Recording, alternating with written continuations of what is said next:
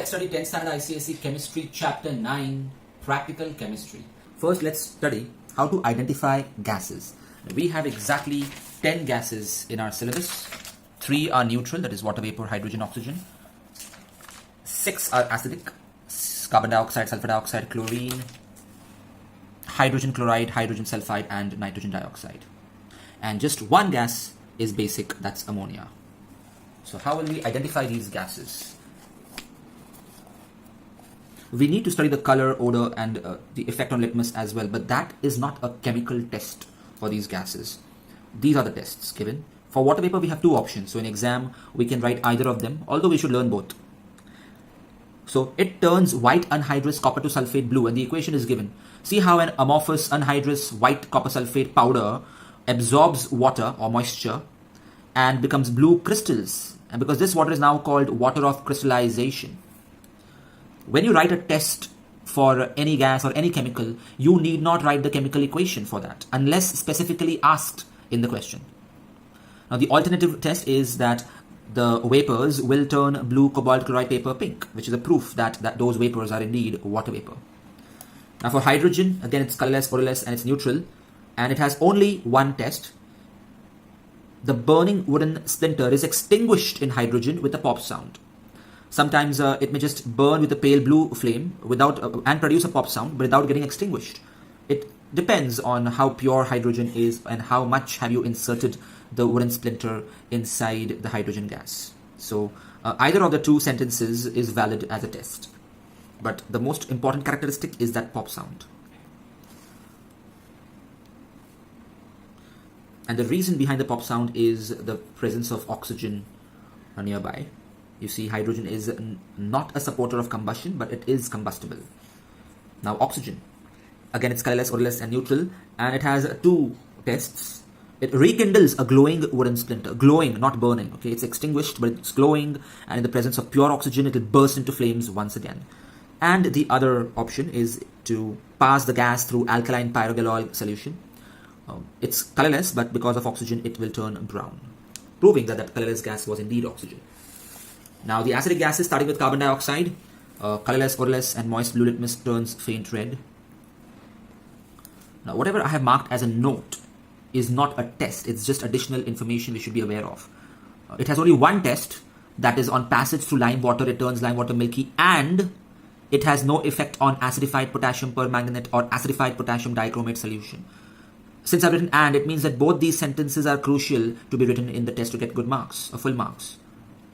You see, only turning lime water milky is not sufficient test for carbon dioxide because the same thing is done by SO2 also.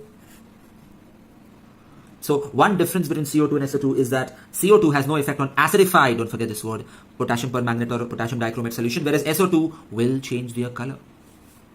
Now some additional information, it turns milky because of a precipitate calcium carbonate being formed, but in excess of carbon dioxide, bicarbonate is formed which is soluble, and hence the milkiness will disappear.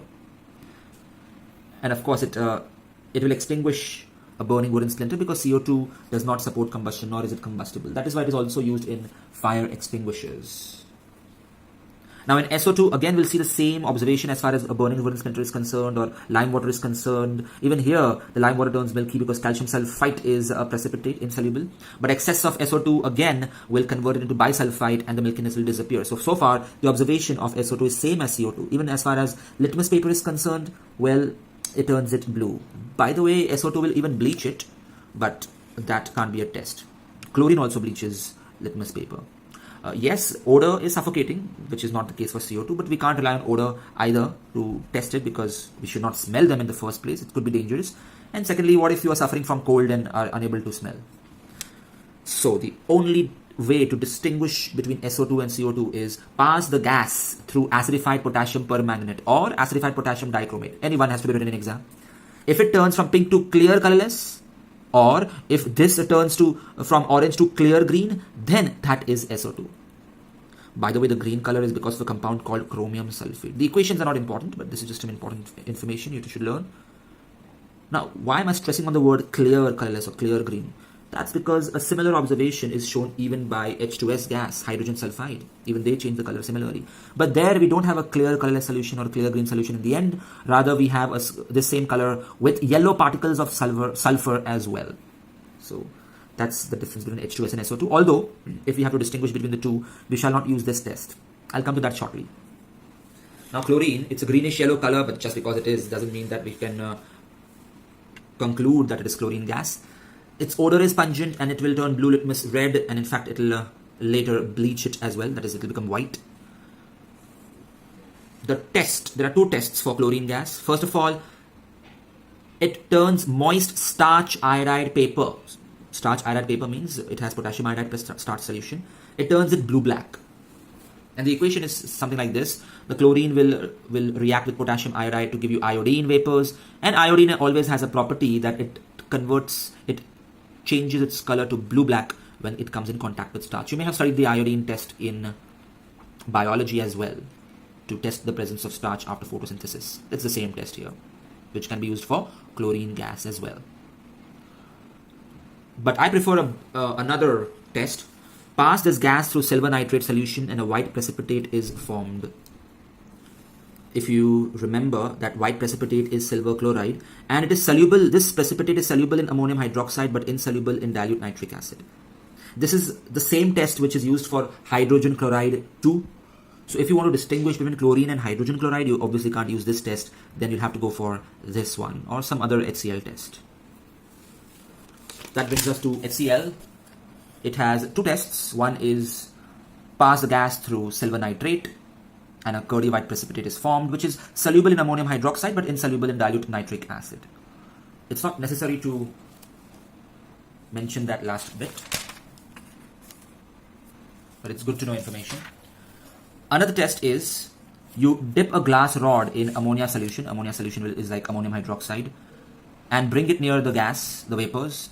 And if it gives you dense white fumes, which is actually ammonium chloride, a sublimatory substance, then that proves it is hydrogen chloride gas. In chlorine gas, you won't see any dense white fumes. By the way, HCl would turn blue litmus red because it's acidic and it has a pungent or a strong odor. Next, hydrogen sulfide, rotten egg smell. It is an acidic gas, of course. Yes, it turns acidified potassium permanganate from pink to colorless and acidified potassium dichromate from orange to green, just like SO2. But in this case, it will give you yellow particles as well. However, if you wish to test H2S, the best test would be to pass it through moist or introduce moist lead acetate paper or solution in it, and you will notice it turns black, and that's because lead sulfide is formed. Next, nitrogen dioxide. It's a reddish brown gas, but even bromine vapors are reddish brown, so this color cannot be a final conclusion about it.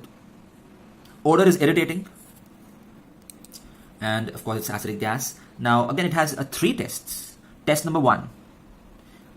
When you pass this gas through potassium iodide solution, you will see violet vapors of iodine being released and also this brown residue being left over. If you remember, even chlorine had reacted with potassium iodide to give the violet vapors, but here there was no brown residue. On the other hand, here we do have a brown residue, which proves that this is NO2 gas indeed. It's potassium nitrite, by the way. The second test is that it will turn potassium iodide paper brown. That's the simplest test, and I prefer this test. It turns potassium iodide paper brown. Simple. And of course, this brown color is due to potassium nitrite. No need to mention about the violet vapors in this case. And the third test is also very nice. It turns green acidified ferrous sulfate brown. If you remember the brown ring test in the nitric acid chapter, even there we had got the brown precipitate when nitric acid was added to acidified ferrous sulfate. So the reaction is similar to that here. Now note, NO2 is called an diacid anhydride or a mixed acid anhydride because when you dissolve it in water, you get two acids, nitrous and nitric acid. On the other hand, if you dissolve SO2 in water, you just get one acid, sulfurous acid. Finally, ammonia, it's a basic gas. It's the only basic gas in our syllabus as far as practical chemistry is concerned. So it's the only gas which will turn red litmus blue. But let's not just stop here. Let's give a chemical test for ammonia. Yes, it has a pungent odor. Well, glass rod dipped in conch HCl when brought near ammonia will give you dense white fumes, proving it is ammonia gas. A second test is that when you pass the gas through copper sulfate solution, and since it's a solution, that means there is water, and when ammonia passes through water, automatically ammonium hydroxide is formed. So this ammonium hydroxide will react with the copper to sulfate solution, which is blue solution, to give you a pale blue precipitate. This is a soluble salt, but this is a pale blue precipitate. And if excess ammonia is passed, then a further reaction will happen, and this pale blue precipitate will react further to give you a complex salt which is soluble, tetramine copper to sulfate, and the blue precipitate will disappear and you will be left with a inky blue solution. This proves that the gas was ammonia. And there is a third test. Just pass it through Nessler's reagent and it will turn brown or give you a brown precipitate. That's it. What is Nessler's reagent? Well, it's potassium mercuric iodide. This is the formula, just for your knowledge. Hi students, this is AJ sir. If you like this video, press the like button. If you would like to enroll for my online test series or online lectures, email me or message me on Instagram. Check the description for more information.